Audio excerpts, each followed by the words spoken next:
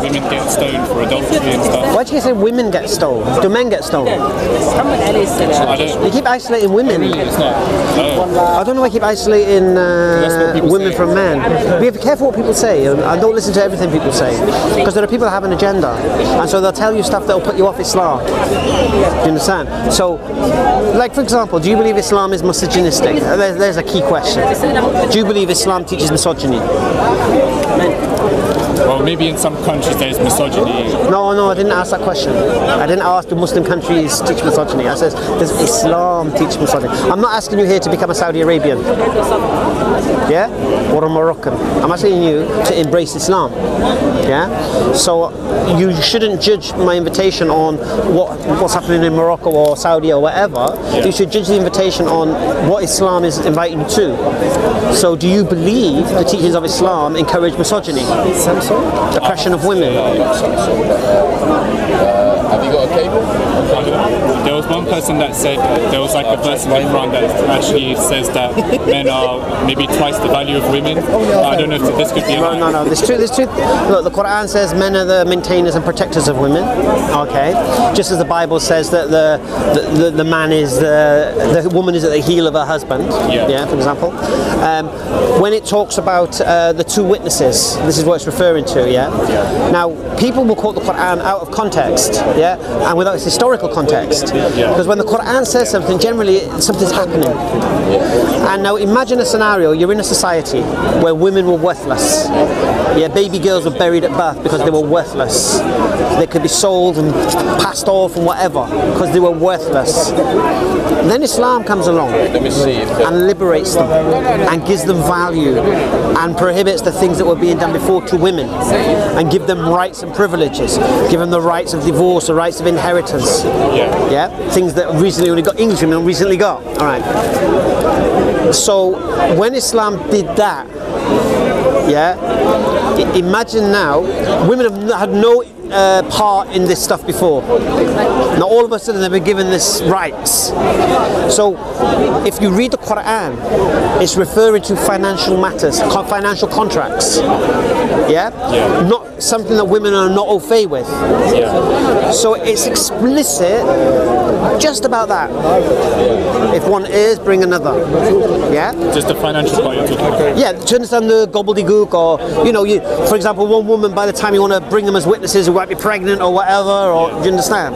So you have two, so if one is or one's not able, the other one is there. Alright. But it's specifically about contracts. It's not about a court of law, woman needs two witnesses, this, that, the other nonsense. It's just specifically that. But what people will do, they'll take the Quran and they'll take what they like from it that suits their agenda, and then they'll spread that. Rather than trying to find out what it really means, they'll use it to support their agenda. Like what other, maybe some people say who are anti-Islamic, they'll say a woman who has been raped needs 4 witnesses. Absolute garbage. What the Quran does say is that if you accuse your wife of adultery, produce 4 witnesses. That's what it does say. Produce your 4 witnesses, and these witnesses have to be honest and truthful and witness penetration. Right?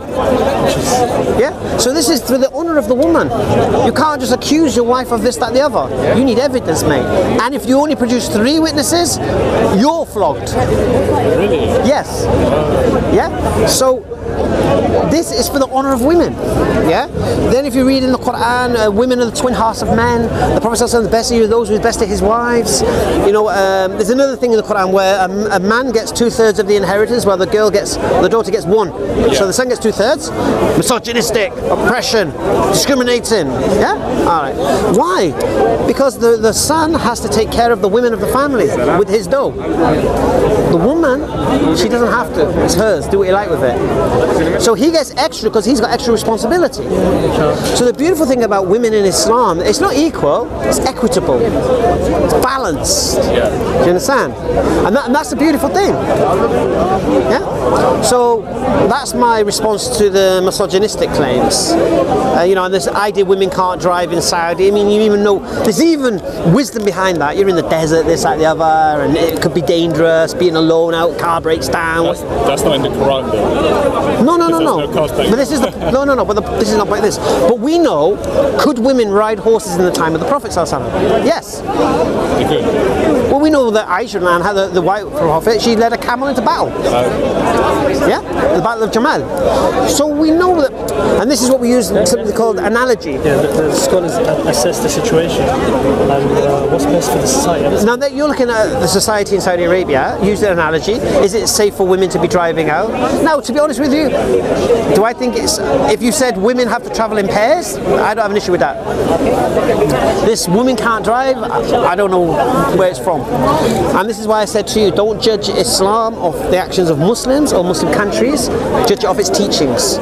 And Islam is the fairest to the women. For example, if my wife, yeah, do you know she doesn't have to cook for me and she doesn't have to wash my clothes? It's not obligated. Take care of the house, take care of the kids, but you don't have to take care of me. Right? But she takes care of me because I have to go and work. She doesn't have to work, but I have to go and work. Yeah? So for me to be more proficient in my work, it's better for me that I'm fed well and I'm feeling nice and dressed nice, because then I'm going to be more productive in my work. Right? That doesn't say a woman can't work. What happens when a woman goes to work? She keeps her dough. I have to provide the food, clothing and shelter and pay for all the bills with my money that I work hard for. If she goes to work, she can go spend it in Westfield. I can't ask her what she spent it on. I can't ask, can I borrow it? Or can I have it? Or give me some. Do you think this is misogynistic? Not that part. Of course not. And the Prophet said the best of those is best to his wives. Paradise is at your mother's feet. Come on, man. Misogyny's got to go off the list. Right, what's next? I mean, yeah, just all the talk of Sharia law. Okay, Sharia law. What's Sharia law? You're talking about the hudud, the head, the cut in the hand of the thief and all that business, yeah? Okay. Why? Why such harsh law? What's the purpose of punishments like this? What's in BBC, not your phone anymore. Okay, let's do it this way. What's the purpose of punishments for a crime? No. To prevent someone from doing it. To deter them. I was talking about that. Now, would you say threatening to get the hand of a thief for jacking your mobile phone is a good deterrent? Yeah, you think twice before robbing that person. You wouldn't even think about robbing that person. And then when he said Because a mobile phone jacked, so they might get blocked, worth a score maybe, and what, in your hand? But even then, there's conditions to that. The person stealing, is he poor? Is he mentally there? Is he homeless? Does he not have any food? Do you understand? To be honest with you, I was saying to someone earlier, it's probably more rigorous on a rich person who gets caught stealing, because they've got no need to do this. And this is a beautiful thing about Islam. There's no class system. Just because you're rich, you don't escape the punishment. You're probably more inclined to get the punishment because you're not doing it for you're doing it for personal benefit rather than necessity. Yeah. So if I said to you, what should be the punishment of a paedophile? I wouldn't mind death. Angamai. Yeah, that's the standard. How many times you hear old men say, "Bring back the birch"? I don't hear it that much. You don't hear old men say that. Bring back the birch when they see kids unruly. Corporal punishment. Oh, right, yeah. You know, these would be the thing. So, yeah, the cane. Yeah. Why? Because if you have a punishment that is so severe, it will deter you from committing the crime. And that's the whole point of a punishment. Now, if you're so stupid to carry on with the crime, you deserve the punishment, in reality. And like I said, adultery, it's not just a matter of, oh, yeah, she slept with him, stone her to death. No, 4 witnesses, witnessing penetration. That's telling you she needs to adulterate in the public. Well, please, if you need to do that, yeah. And in society we have laws of decency. You can't do this stuff. So the deterrent is so severe, so you don't do the crime. Why? Because your crime is no good for society, and God wants a good society. Therefore, those who do not fear Allah and God fear the sword of Sultan. Meaning, if you can't be afraid of, because God says don't do it, you don't do it, then fear the law. Yeah. So this is it. You rape somebody, you behave like a paedophile, and all these things, you'll be executed. No question. You murder somebody, your blood is halal. But not just anybody. The state has to do it, and it's not like you know, like Aladdin, street rap, come here, no, it's court of law, representation, evidence. It's not like medieval. You can still use DNA evidence and all of these things to prove whatever needs to be proven. So why are you against punishments that actually have the effect that they're meant to have in favour of the punishments we have now that don't, because our prisons are full? Well, maybe in terms of cutting the hands of the thief. So which one don't you like? Well, it's both cutting the hands of the thief for robbing and stealing cutting the hand of the thief who mugged somebody, for personal benefit. They're the ones, and that's a certain amount. You think that's wrong? Well, it depends what they stole. If they stole like food because they were hungry and then there's no punishment for them. Oh, really? Who's held responsible then? The state. Remember, this is a society where there's no alcohol, there's no gambling, there's no drugs. I mean, I don't drink myself. No. But what I'm saying to you is, so see, people might get into a situation because they spend the money on drink and they've got no money, they go and rob, or they might gamble their money away and whatever. But the beautiful thing about Islam, it can only operate when the whole system operates. So you have to have a Sharia compliant land where there is no alcohol available, there is no drugs, there is no gambling and all of these things that can lead to wasting money in that sense. Do you get me? So like I said to you, the punishment, the punishment is there to deter the person. And I think in the time of the Prophet ﷺ, hardly anybody received the punishments because the conditions to apply the had, with the harsh punishment, is so stringent. It's impossible to kind of meet it. For example, this penetration. It's in penetration, 4 people, a neck. You can't spy on people in Islam. This is why I had this conversation today about homosexuality, for example. If someone's gay in their house doing what they do, it's none of their business. It's none of the state's business to go interfere in what's going on in here. You can't do this. But if they're dogging in the park, it's another story. Let's give you an example. I'll be straight with you. So the beautiful thing about Islam and the laws of Islam is to protect the individual from society and society from the individual. So if the individual wants to do his thing, it's none of my business in that sense, unless obviously committing a crime. All right. But the state is safe from that. And that's the whole point, to have a society that's peaceful, man. You know what I mean? Does it depend what you steal to get your hand cut off? So if you wanted to steal something highly expensive, your hand would get cut off. But if it's something... Look, it's like you said, it depends on your circumstances. Okay. So it's not just black and white as some people make it out to be? No. Well, Muslims will never make it out to be like this. Only non-Muslims will make it out to be like this. So you have to start learning about Islam from Muslims and from the texts and from the scholars and what they say about this matter. Don't go to Answering Islam or hear someone in the park preach something, because there's a lot of hate preachers here. Don't take that at face value. The beautiful thing about Islam is just. If you want to go out and do these things, then can't do the time, don't do the crime, innit? It's simple as that. But in Islam, there's no such thing as like year-long prison sentences or whatever. There's no repeat offenders in that sense. So if you're a murderer, there's no repeating your murder. If you're a rapist, there's no repeating your rape. If you're out of society, that's your choice. And you save money from that, like if you execute, you don't have to spend waste money. But like I said, if they steal and they don't, and because of personal circumstance, they don't, because they're poor or whatever, then the state has to provide for them. But that's one of the conditions of Sharia, that the state has to provide food, clothing and shelter for the poor and vulnerable within society. Basically the welfare state. It's the first welfare state, basically. So this is what Islam teaches. So you shouldn't, that shouldn't put you off Islam. That should drag you to Islam, because you want to live in a society, isn't it, where you know you're not going to go out and get your phone jacked. You want to go out, you drop your wallet, you know someone's not going to pick it up and run off with it. Could you drop doors open? Yeah, you know, in Saudi when they go to pray, they leave their gold shops. The shops are open. Nobody goes and robs. Do you understand? What a society! That's you know, if this was Star Trek, this would be a utopian society, wouldn't it? Where everyone's all carefree and nobody steals and nobody does this and nobody does that. No society's like that. Huh? I don't think any society's No, but if you go to Saudi, you can leave your gold shop open and go and pray with nobody there, and nobody will go and steal. Is that not utopian? Come on, man. Be fair. I don't know if that's realistic. No, but it is realistic. I'll look that up if that's true or not. Yeah, check that out. So that's why it's a gap. Right, so what's next? What do you think about the jizya tax? So there's like an extra tax on maybe atheists or Christians. Okay, how do you understand what jizya is first? Well, it's a tax, right? It's a tax on people who are not Muslims. Right, who pays it? The people who are not Muslims. No, who in society pays it? Sorry? Who in society pays it? The Christians and the atheists, because they're not Muslims, so they have to pay it to the government.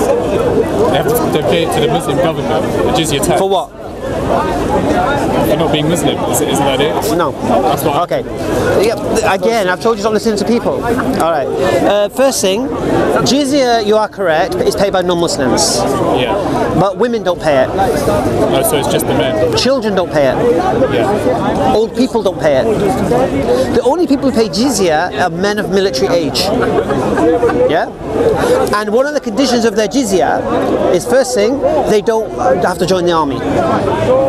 And the second thing is, they're places of worship and they are protected by the Muslims. Right? This is what jizya is. The Muslims, we don't pay jizya. We pay zakat. So it's a charity, right? It's a percent. No, it's not even a charity. It's mandatory. Basically, it's a percentage of your wealth. It's like cleanses your wealth. Yeah. So if you have a certain amount of wealth, you'll pay a percentage of that once a year. Yeah. But the non-Muslims don't pay that. Okay.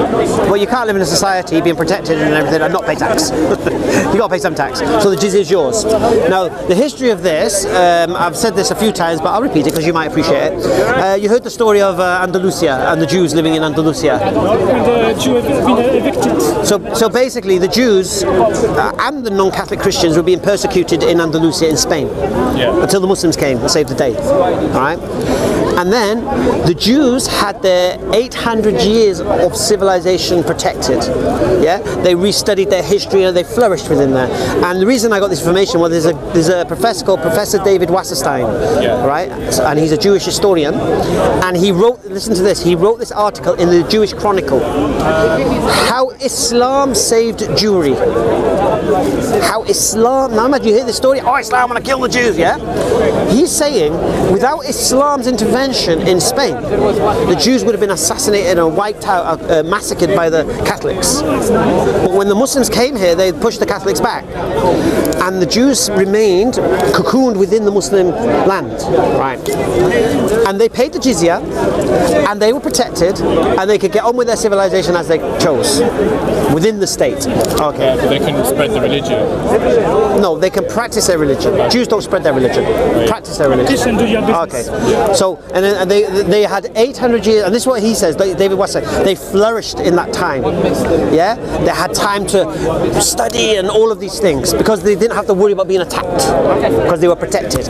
Anyway, after 800 years, Isabella and Ferdinand raised a huge Catholic army and managed to push the Muslims out of Spain. So the Muslims were retreating back to Morocco. All right?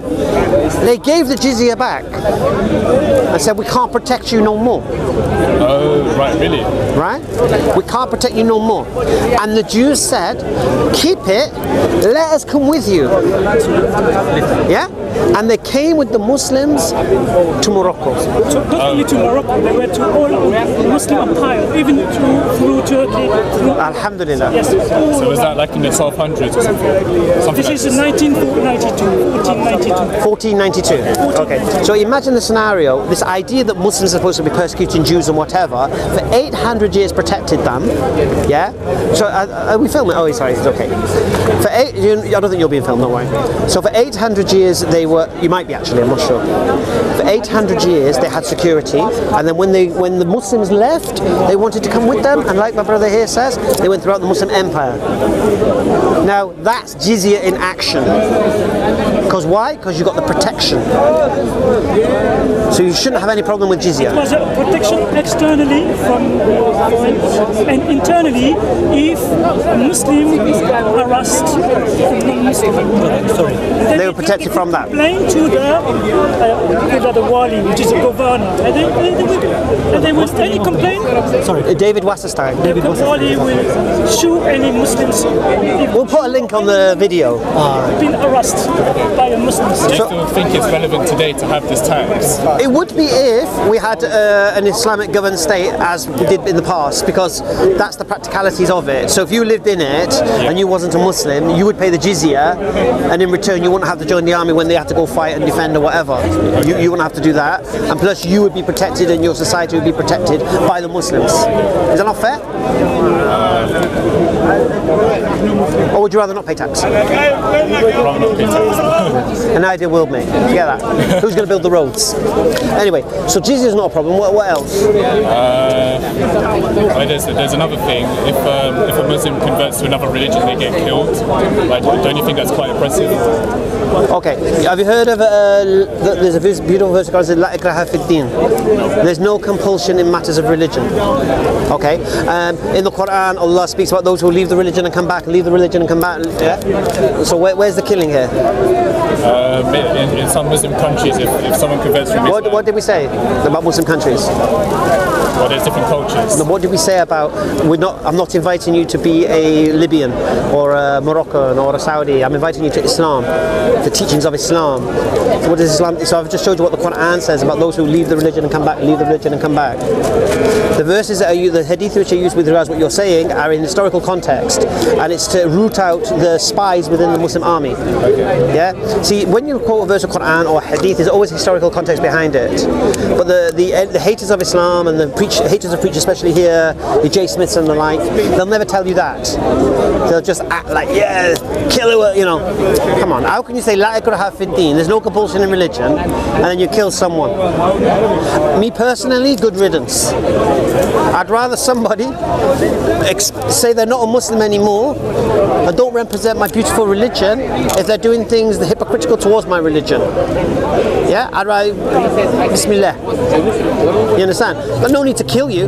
But again, in Islamic State, this is a different story, because within the Islamic State you could cause fitna or a tribulation in the society. You understand? You might start trouble causing.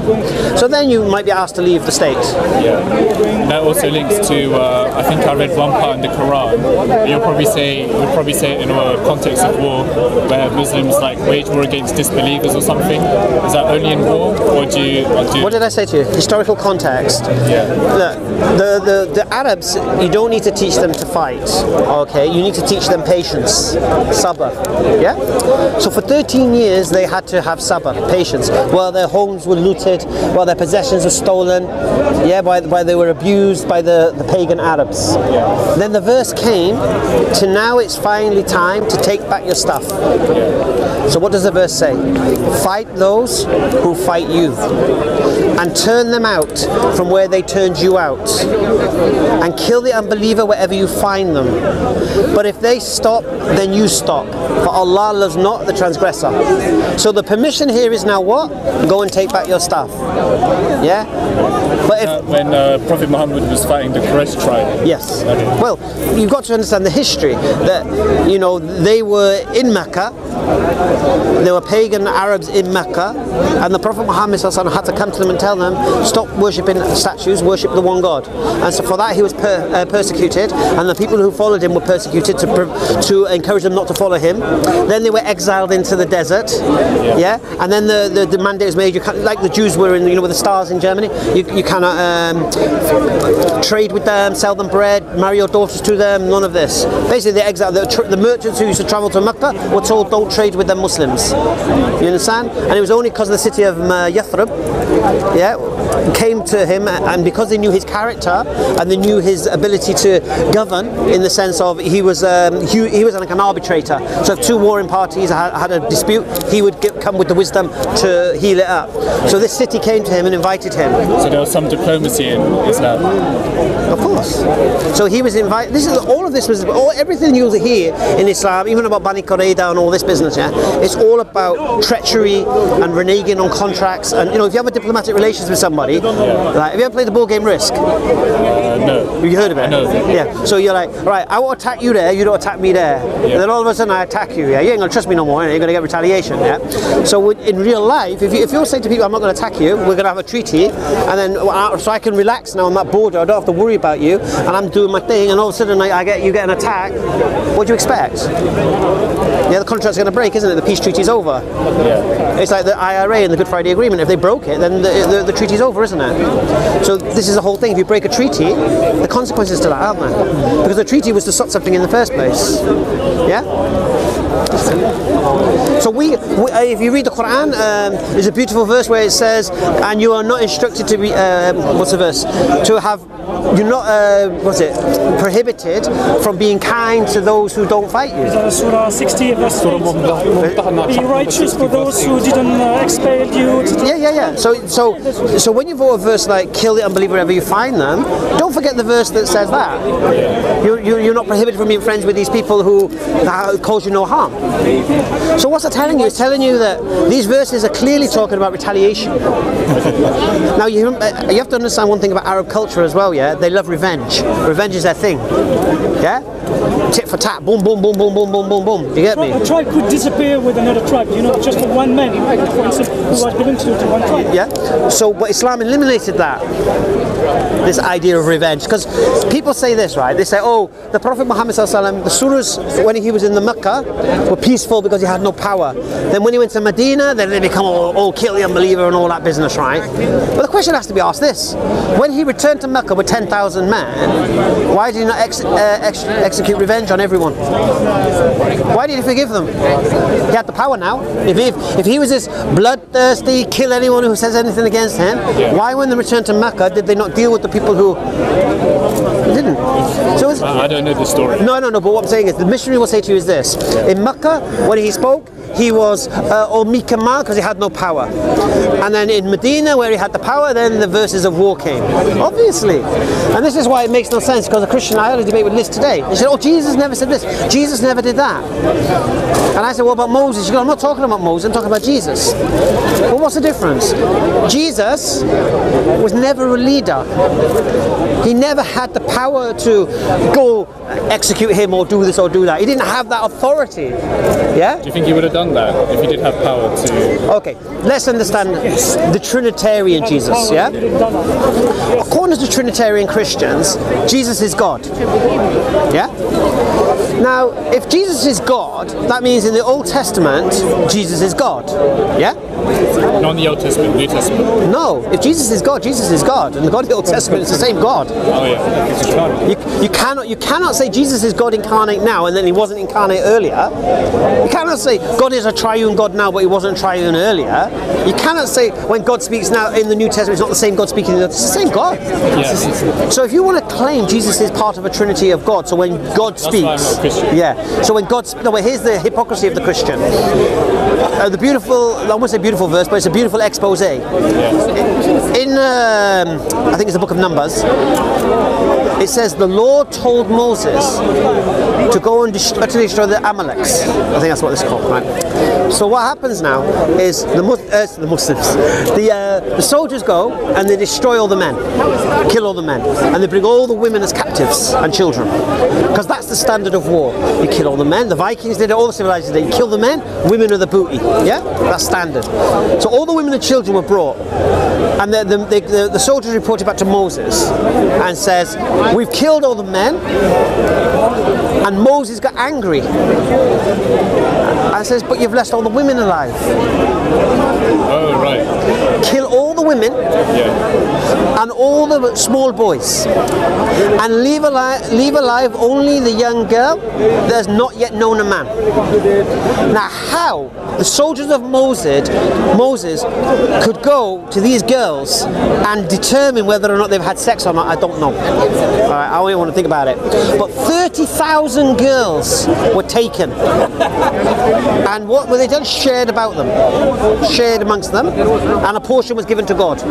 Don't know what that means either. So the question has to be, God, Jesus, according to Trinitarian Christians, instructed Moses to kill all the men, women and children, and then take 30,000 little girls, poor little girls, lost their parents, lost their aunts, lost their brothers, all alone, and then share them amongst yourself? Yeah, I don't agree with that. No. This is what I'm saying to you about Christianity. This is the inconsistency. So that's Jesus there. All right. Now let's come to the New Testament.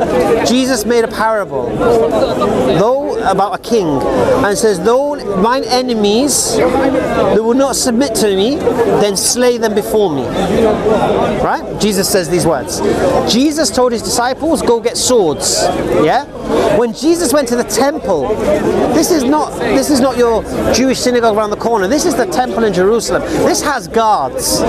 So how did Jesus go to a temple, yeah, and start causing chaos? He could only do it with an army. Yeah? Right?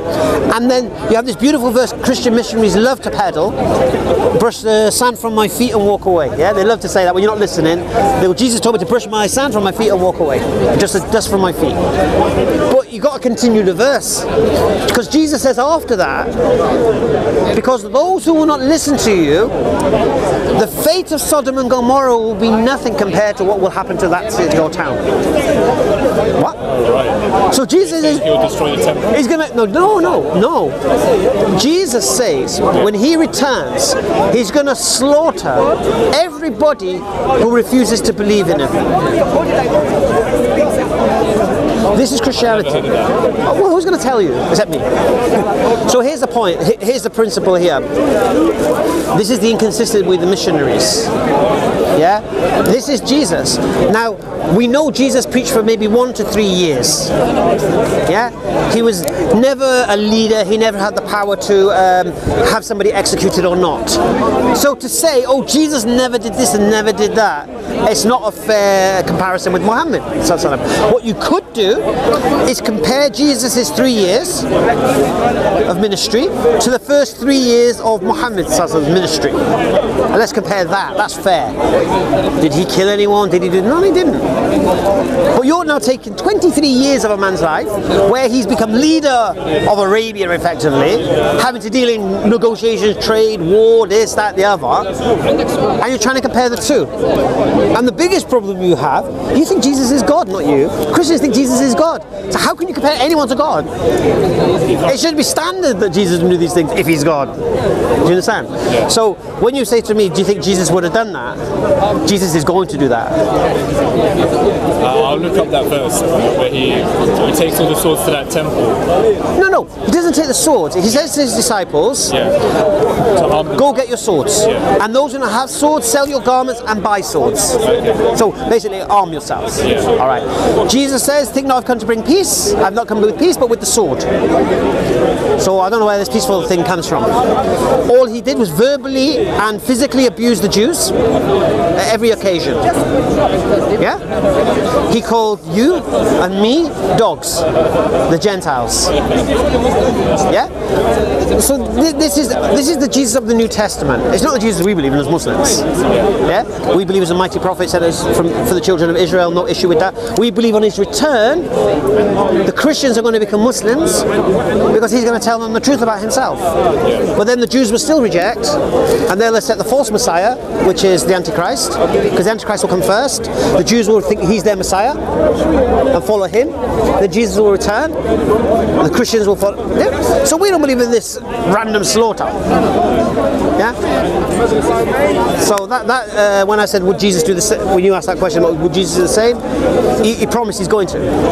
Worse than anything. I'll try to look up that when I get it. Inshallah. Any other?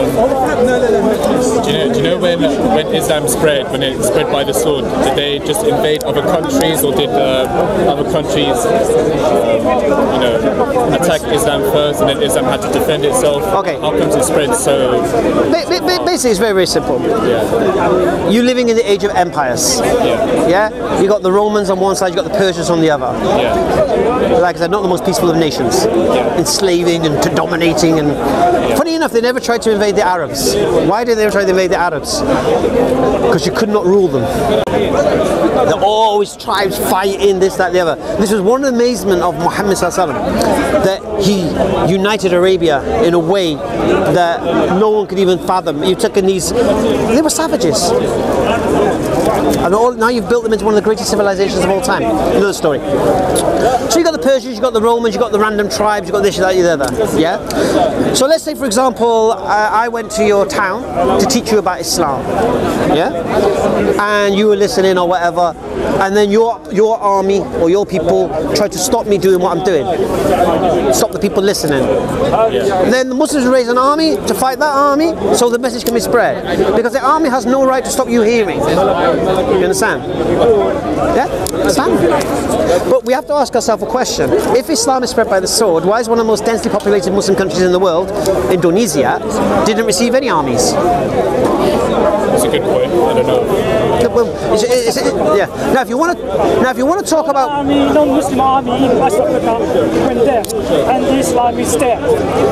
If you want to ask about spread by the sword, ask yourself, how did Christianity get into South America? Oh yeah, through Conquistadors, the Portuguese and the Spanish. Yeah. Well, how did Christianity come to England and Ireland? I think that was and Germany. Was that through missionaries? I don't think that was through invading Christian armies. Sword mate, Charlemagne. Yeah. I thought maybe that wasn't that France, not England and Ireland. No, I'm talking about Europe. Okay. Yeah. I mean, Ireland used to be Unitarian, believing in one God and Jesus as a prophet. Yeah. Now it's Catholic. So something happened there. You know, Catholics have been killing Protestants and Protestants killing Catholics throughout history by the sword. Yeah. So I mean, the Catholics in Andalusia, where the Muslims came to defend the Jews there, yeah, they were forcing people to convert. The Inquisition. What's it all about? Yeah? Forced conversions here. Any religion spread by the sword was Christianity. I will tell you something. Justinian, the Roman Emperor, he makes some laws that any pagans, any cult would be forbidden. And if someone doesn't belong to Christianity, he would be put in death. That's why Justinian, the Roman Empire, decided. So you see, it means that there is some compulsion even in Christianity in the beginning of the spread of the Christianity. So I told this story earlier, I'm going to say it again. A guy called Michael Servetus, yeah, he was not a believer in the divinity of Jesus. He was a Christian, but he didn't believe Jesus was divine and part of a Trinity. But you had to conceal these thoughts because it was heresy, and you'd be burnt. Right. So Luther, I think it was Luther or Calvin, he challenged in the Reformation the authority of the Catholic Church, yeah, and the Pope as the representation of Jesus and such. Michael Servetus thought he was rebelling against Trinity, so he was warned not to do it, but he travelled to explain his thoughts to Calvin. Calvin or Luther, I get the two mixed up. But the point here is this: he was put on trial for heresy. Now listen to this. He was tied to a stake. This was the court ruling. He is to be tied to a stake with his book tied to his belt. He wrote a book against the divinity of Jesus, right? Tied to his belt and burned as a warning to anybody who thinks like this. Well, this is what happened to them. So the Trinitarian concept was forced on people. Did you know this? The whole country of Holland was sentenced to death by King Philippe for refusing to accept Jesus as divine. And his armies actually went there and started killing people. Yes. Yeah, in Holland. Holland, Netherlands. Yeah. Coming up the two when they've been expelled. So, if any religion was spread by the sword, Christianity and the rack and the wheel and all them flipping torture devices the Spanish Inquisition like to use, yeah, you couldn't say you weren't a Christian, you'd be burned at the stake, or you'd be, and you had to be the right kind of Christian as well. One minute you have to be a Catholic, next you have to be a Protestant because the kings, queens switched. You know what I mean? And you know, in the Catholics, one person is a saint, and then the Protestants take over, that same person becomes a heretic. One man's saint and another man's heretic, depending on who's in charge. So talking about being spread by the sword, no. Because I'll tell you why, I'm a Muslim today. I've been a Muslim now, mashallah, coming up 16 years. Did anyone come to me and force me? No. Could anyone come up and force me? No. Even in a situation where people could say, yeah, you're a Muslim, I'll kill you, or yeah, I'll be a Muslim. That's not going to be a Muslim, does it? How do you know I'm a Muslim or not? How do you know if I'm making, and I'm just praying, am I just doing what I'm doing? You understand? You can't force someone to be a Muslim. You might force someone to adhere to Sharia law. If you drink, you're going to be whatever. But you can't force someone to believe God is one and all this business. You can't force that. You know what I'm saying? So, no, you can't spread Islam by the sword. I'm not sure about that. Okay, give me an example. Because, well, yeah, what I've heard from people who are anti-Islamic, yeah, that Islam spread from Spain to East Pakistan through the sword. Like, what do we just say about these people who are not authorities on Islam, who have an agenda against Islam, telling you things and twisting it out? You have to stop listening to these people. Because everything look, if they were here now, I would refute everything they have to say. You understand? Islam did spread. We have no issues with that. Why did it spread? It's a religion of intellect. Remember, the Arabs were traders. They were merchants. This is how Islam spreads. Like he said, how did West Africa become Muslim when no armies went there? Oh, you have India. India was ruled over 1,000 years by Muslims. And you know, majority of the Indians are not Muslims. Yeah? If they were Muslims, they were for a long time. There were no non-Muslims in this country. They were by sword. Yeah. Realize that. But why were the Jews of Andalusia not forced to become Muslim? 800 years. 800 years of civilization they had. Why were they not forced to convert? The Catholics were trying to convert them. But why did the Muslims not? If spread by the sword. La ikraha fi din. There is no compulsion in religion. This is the Quran. La ikraha fi din. There is no compulsion in religion. Can I say? If you go to Egypt and the desert of Sinai, there's the oldest church. If you go in that church now, it's the letter from the Prophet Muhammad sallallahu alaihi wasallam. How he has given the permission to nobody can force him to convert to Islam.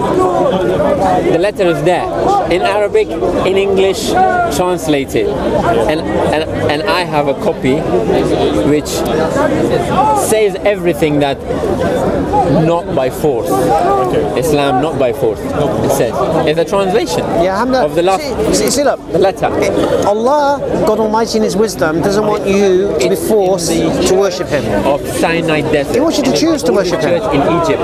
And this what's the point of forcing you? This. My brother took a picture from Egypt. Probably have to and brought it say I'll have to do my own research. No, that's fine. Just end on a humble note. Huh? I just end on a humble note. No. As long as you're sincere with that. You know what I mean? Don't be afraid of recognizing Islam as the truth. Yeah? And if it involves changing your life, alhamdulillah. Because here's the thing, you see. Truth is not defined by geographical locations or anything like that. It's based on reality. Yeah? The best way of life for you, what's your name again, sorry? Thai. Best way of life for you is Islam. Because if you follow its guidance, you'll keep safe. You don't drink anyway, you don't gamble anyway, do you?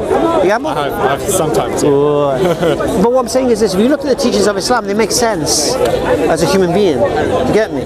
But do you believe in God? Yeah, I believe in God. Alhamdulillah. So you're halfway there. Do you believe God is the only thing worthy of worship? It's the most highest form, Alhamdulillah. So if God exists, His law should stand then, isn't it? Sorry? If God exists, then His law and guidance for mankind should be the law and guidance for mankind. The thing is, I don't believe God made us a law. That's the thing. So you believe God created us and left us blind? So what did He do then? See, you have to question it. If you believe in God and you believe God created us, then you have to carry on working it out. So if God created us, why did He create us? That's the next question. And has He left us alone, or has He sent us guides? Has anybody claimed to have connection to this God? And then when people make the claims, you test their claim. Yeah? So we look around in history, we see men have claimed to have connection to God. And we see the prophets and them were given miracles in their time to prove they were messengers of God. Because we know God is metaphysical, we know God is outside our scope of senses and of what's natural, supernatural. So for example, parting the Red Sea. There's nothing, if you believe in God, believing that is standard. Why, if God can create the heavens and earth from nothing, then I'm sure he can part the sea if he chose to. Because he can go outside the realms of physics. You accept that, obviously. Or not? You accept miracles of God? That's one thing I'm questioning. I don't know. Do you believe that God could have an effect on the earth? Yes. And could that effect on the earth be outside the realms of physics? If he created the physics? I'm not sure. Logically, I'm talking. I think I would say no, because there's no evidence to prove that. What do you mean? To prove that if God exists and parts the sea.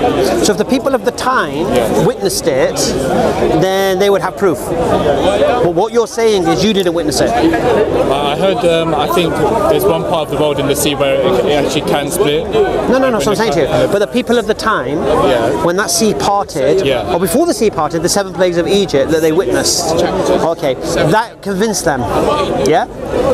But you didn't see that, yeah? Fair enough? So you can, did it happen, did it not happen? Is that a natural phenomenon that occurs somewhere in the world, yeah? I have no issue with that. When Jesus, when he did his healing the lepers, raising the dead, you didn't see that either, did you? But the people who were there believed it, didn't they? So from their testimony, they believed, but they got the proof, because they've seen it. You've got the proof, have you? Alright. What was the miracle of Muhammad that convinced the people that he was who he claimed to be? He was illiterate and he wrote the Quran or something? No. That's what I've heard. I heard that he wrote the Quran. Who told you that? Oh no, wait, someone else wrote the Quran and he was reciting the verses of God. Right. Is that it? So let me ask you again, what was the miracle of Muhammad ﷺ why the people of his time believed he was who he claimed to be? I'm sure you can say it. The Quran. The Quran was a miracle. Okay. You believe the Quran's actually a miracle? No, that was a miracle they believed, isn't it? And today, why do I believe in the same man was a prophet? Why? Because you think it's a miracle. Because the Quran again. Now, what's so miraculous about the Quran? I mean, you believe it's a way of life, Muslims believe it's a way of life. No. The question is this, you see, is the Quran natural or supernatural? Are the words natural or supernatural? Supernatural. You believe they are? I believe the Quran is supernatural in that case. You do? Yeah. Well, how comes? Well, I know the Quran is written, that's natural. But the way how you received it is... No, I'm not about what people say. I'm talking about the Quran today and its words.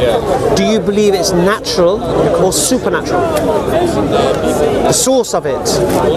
If you believe it's supernatural, then you should be Muslim, man. Unless you think it's the devil. I don't know if Prophet Muhammad talked to the angel Gabriel and then... No. The words that were brought, do you believe they're just some words of a man who was a bit intelligent, who may have spoken to people and learned a bit of the Greek history and a bit of philosophy and learned some about the Old Testament and cobbled it all together and created this book? Or do you believe this man received this information from the God you believe in? No, he didn't receive it from God. You don't believe that? No, I don't. Why not? Because he got it from Gabriel. The angel Gabriel. And who sent angel Gabriel? That must have been God. So whose words are they? God's words. Right. So you believe that? Or not? No, I don't believe it's the word of God because there's some things I don't like about the Quran. Or the politics side. I don't have anything against the Forget that. Let's just deal with the miracle first. Okay. If it's supernatural, will you accept it from God? No. If it's supernatural? No, because I haven't witnessed it. That's the thing. No, if it's well, you can read it. Have you read it? Yeah. No, I haven't read it. I've read the first 30 pages. Right. If it's supernatural, who could it be from? I'm not sure. Well, sorry, If anything's supernatural, you can say it's from God, or you can say it's anything. no. Yeah. If something's supernatural, you can say it's from God, or you can say it's from the devil. Yeah. Yeah. You can say it's from. See, the Quran only has 3 authors. There's only 3. Either God is the author, either the devil is the author, either man is the author. Yeah? You agree with that? Right. So, if we eliminate man as the author, then we're left with 2. Yeah? Hamza. So let's eliminate man. Yeah? Alright, alhamdulillah. Do you think it's man right now? Well, a man wrote it down. No, I didn't say that, did I? The words of man. I said the source, the words that he's saying. Could a man It could have been from a spiritual experience. of what? Of God or the devil? Yeah. Or Angel Gabriel. Because that's Angel No, Gabriel. we know the angel. Alright, so if it's angel, that's God. No, the Angel Gabriel's not God. But if you believe in Angel Gabriel, then If angel Gabriel is a messenger of God, Yeah. it's like if the king sent a messenger. Yeah? The messenger comes, I bring a message from the king, and he starts reading, and the king he's talking to, when he hears those words, does he think it's the messenger's words or it's the king's words? But the messenger's reading them. Yeah, the king sent the message. So the message belongs to whom? God there. So if the angel is a messenger, We go.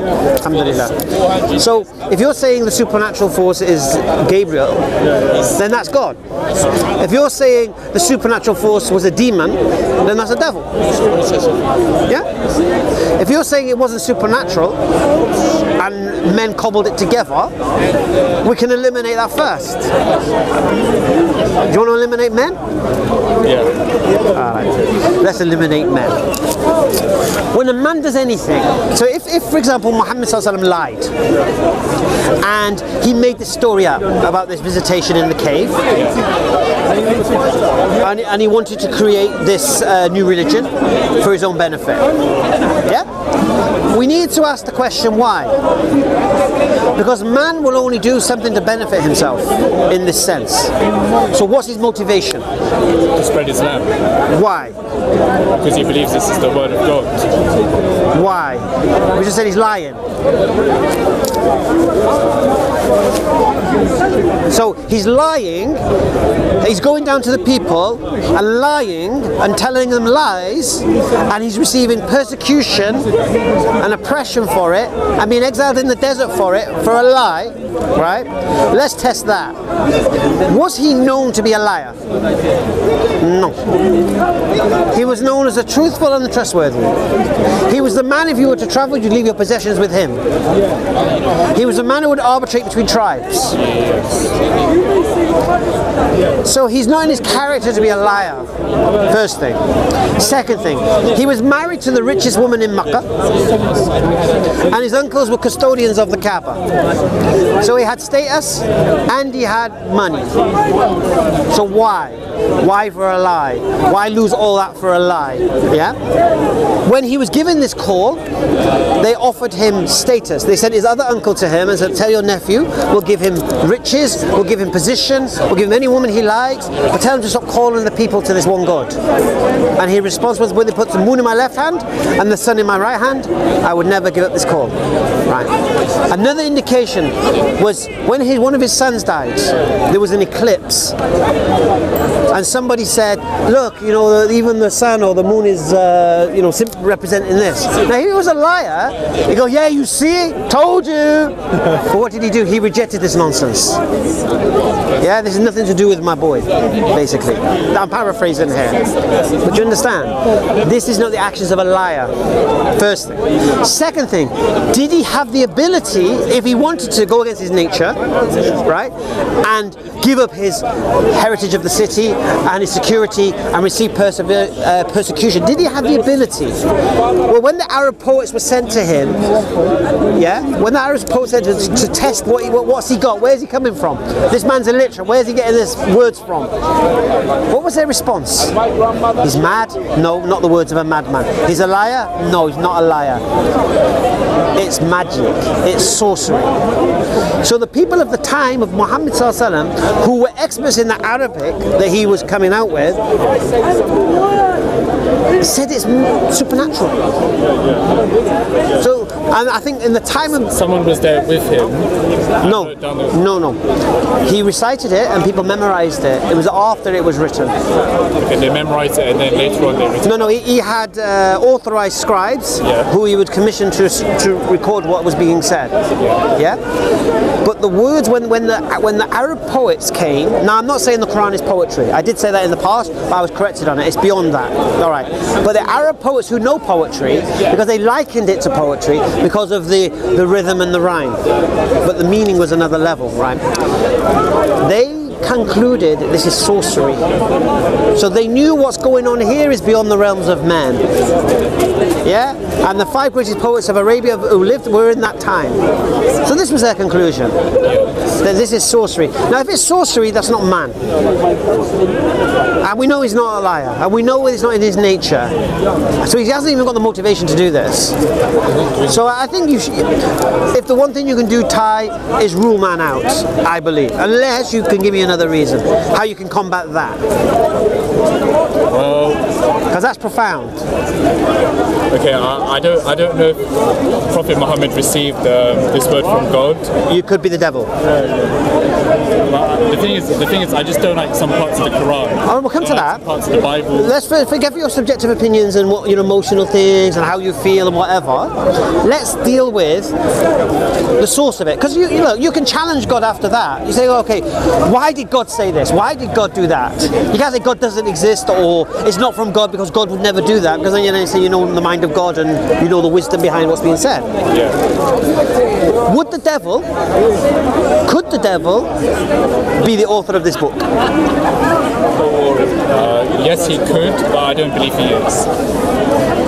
He could be. He could be, but I don't believe he is the author. Right. The only people who believe in the devil are Luciferians. They're the Christians. Naive Christians. Christians believe in the devil. That's you've heard it before. Naive Christians. Naive Christians, because they don't understand something. Jesus was charged with the same accusation. When Jesus was healing the demon-possessed, the Jews came and accused him of having a demon that was creating a charade. Yeah? And what did Jesus respond? The devil cannot stand against himself. A house that is divided cannot stand.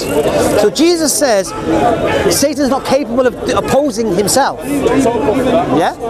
So I'm going to do the Christian side of things because there'll be Christians watching, so we want to give them a little bit of a slap. Right? So they never repeat this nonsense. Alright. Does the Quran support Satan or oppose him? It opposes him. Right. Does the Quran praise Satan or insult him? It insults him. Does the Quran call you towards Satan or tell you to seek refuge from Satan? Seek refuge. Is he a friend or is he an enemy? He's an enemy. Is he something to be trusted or is he a deceiver? He's a deceiver. So we have 5 reasons here why the Quran can't be from Satan. Because Jesus says Satan cannot do this charade. Alright? That's the first thing. Then we look at the teachings. Does Satan want man to know about God's existence? I don't know. Does Satan want man to know about his existence? I heard no. What was it Kaiser so say? The greatest, what was it, The Usual Suspects? The greatest trick the devil ever pulled was to convince the world he doesn't exist. Yeah? Why? Because if you have an enemy, but he's hidden and unknown to you, the enemy can attack and assault you and you'll have no knowledge of being attacked and assaulted. But if you're aware of your enemy, you can look out for their attacks. You can prepare a defense against it. So the last thing the devil wants you to know is that he exists. Because if you know he exists, you're going to prepare a defense against him. Yeah? So again, it makes no sense why would the devil expose himself, call himself cursed, to warn you against listening to him, show you how he's going to attack you. Why would the devil do that? Then, what does the devil want from mankind? He wants mankind to be away from God, disobedient to God, yeah, messed up in their lives, yeah, heedlessness, like my man here, heedless of what's coming. This is what he wants. He doesn't want to warn you of a hellfire and that you have accountability in your lives. He wants you to YOLO. Yeah? This Christian here. No, this atheist here. Atheist, isn't it? Yeah? He wants you to YOLO. You only live once. He doesn't want you to be concerned about a hereafter. Yeah? So that you reflect upon your life, that you try to do good things. Is this devil, or does devil want confusion and mischief and mayhem? Anarchy. It depends what archetype of the devil you look at. Well, I'm referring to the devil referred to within the Quran. What archetype? Sorry, forgive me. I always like to deal with hecklers. Okay, what archetypes of the devil are there? That song, Sympathy for the Devil, from the Rolling Stones. I'm sorry, I'm not au fait with the Rolling Stones. Continue. Oh, okay, they wrote a song, Sympathy for the Devil, and that archetype of that devil is someone that gives free will to the people and sort of is... So you're saying the devil has the ability to give free will? He sort of like helps the rationale of humans. Right.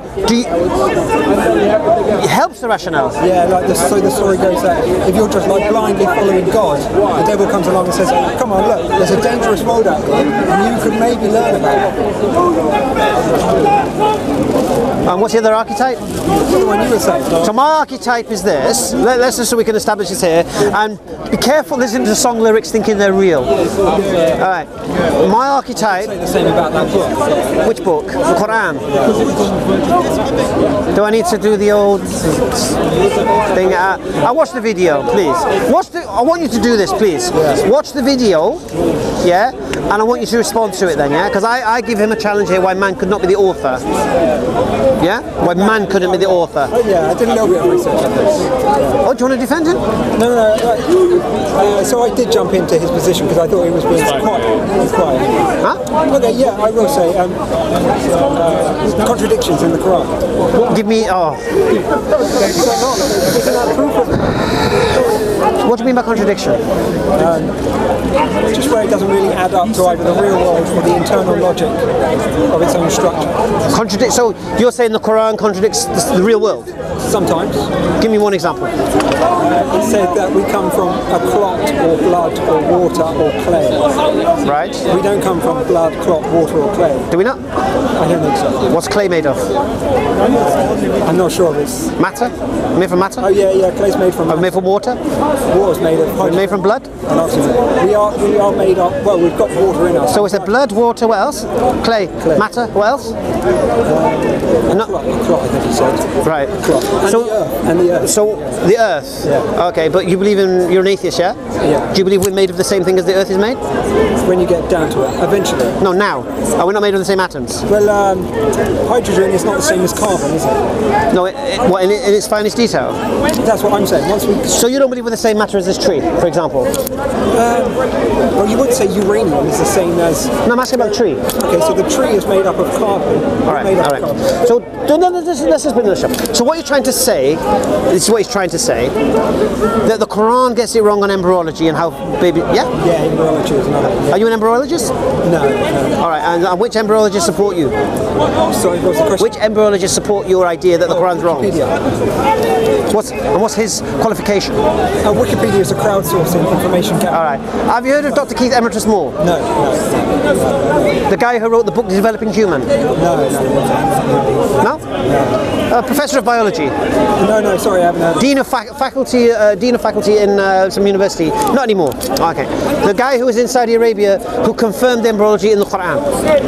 Okay. The guy who says this could only have come from God. And he's not a Muslim. Okay.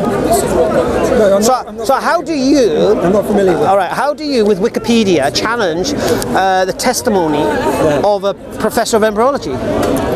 He says you're wrong. Yeah, I know, but Wikipedia. Well, so I don't know his ideas. Yeah. Keith Moore is Canadian, and he received the Nobel Prize. Do you know what he said? In California, not California. I think it was in Texas. One of the universities in America. You can Google it and you can YouTube it. Yeah. He was asked why you're not Muslim. Yeah. So see what happens. He did this talk in Saudi Arabia, and what people try to claim is, oh, he was coerced, he was feared for his life, so he would just say anything. All right. So years later, he goes around lecturing. Yeah, and he was asked why you're not Muslim, and he said clearly, he goes, my father was a Christian minister, and I was brought up as a Christian, and therefore I felt I needed to stay with what I've been taught with my father. He says, but if I didn't have a religion, I would become a Muslim. And then he said, he goes, but I find for you my words are stronger because I'm saying these words about the Quran and about embryology, and I'm not a Muslim. So it carries more weight because he's got no vested interest here. He's not just supporting it because he believes it as a Muslim. He's not a Muslim. So you brought the mud to the water, and yet an embryologist completely refutes you and your Wikipedia. Yeah? So you have to be very, very careful of spouting nonsense. I agree with that very much. But so we should look at the availability of knowledge. Yeah? So this is just one guy with one idea. Then you credit him with a certain... One guy with one idea, and all he's done... You interrupted. One guy with one idea, and then you credited him with a certain amount of authority and also like peer-reviewed credibility. So he's not just an idiot, is what I'm saying. You are not an embryologist. No. Right? You have come from Wikipedia. Yes, yeah. And you're saying something that Professor Embryology completely refutes. That you have claimed to refutes. Google is your friend, my friend. Pardon? Google is your friend. You're going to watch this video, aren't you? That's actually my point.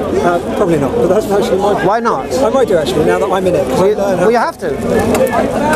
Watch this. Are you here to learn, or are you here just to spout nonsense? No, I am here to learn. Right, so I said something to you can't verify. Go and verify it. Yes, however, I was going to make a point about the availability of knowledge, yeah? So you're saying this one guy has got an idea, yeah? And then I said he's accredited, you accredit him with a certain level of authority and academic, peer-reviewed credibility, yeah? Guy wrote a book called The Developing Human, which is usually like in King's College. Go on. There you go. On embryology. So yeah, you're raising him up. I don't... No.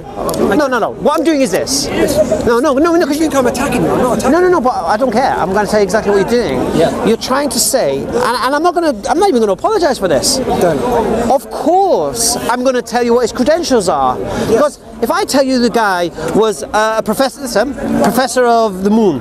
One second. I know. What do you mean? I think I am. Because I'm agreeing with you. I'm saying it's fine if you want to credit this person with, if you want to try and bolster his ideas, it could be a good idea. That's what I'm saying. I'm saying,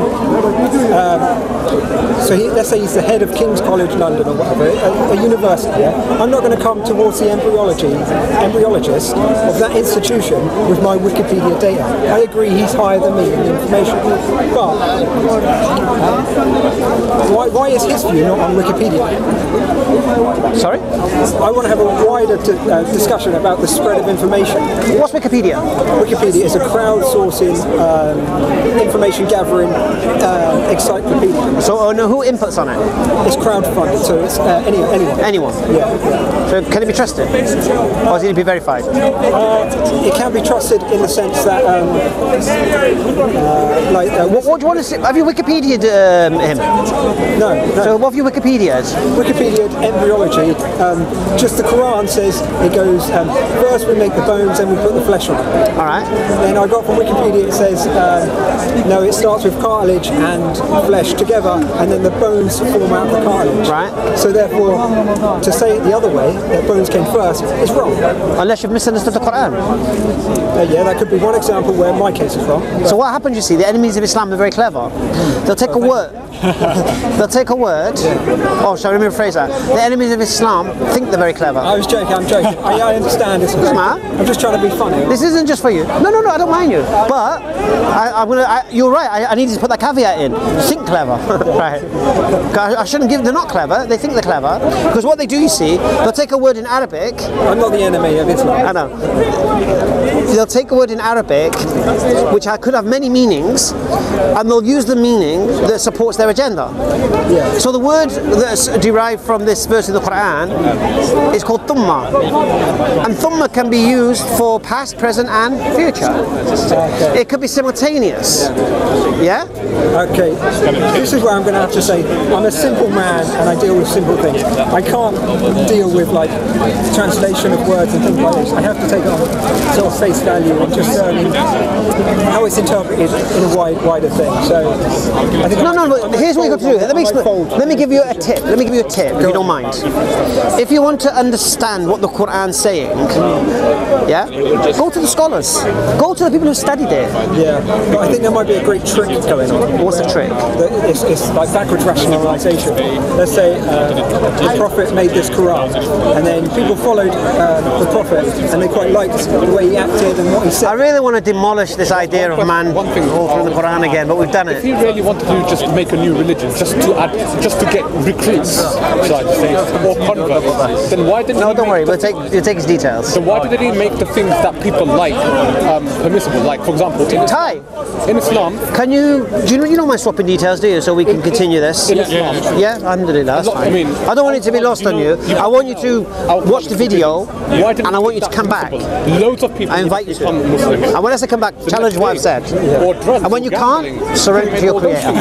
Yeah? Permissible. But then the whole world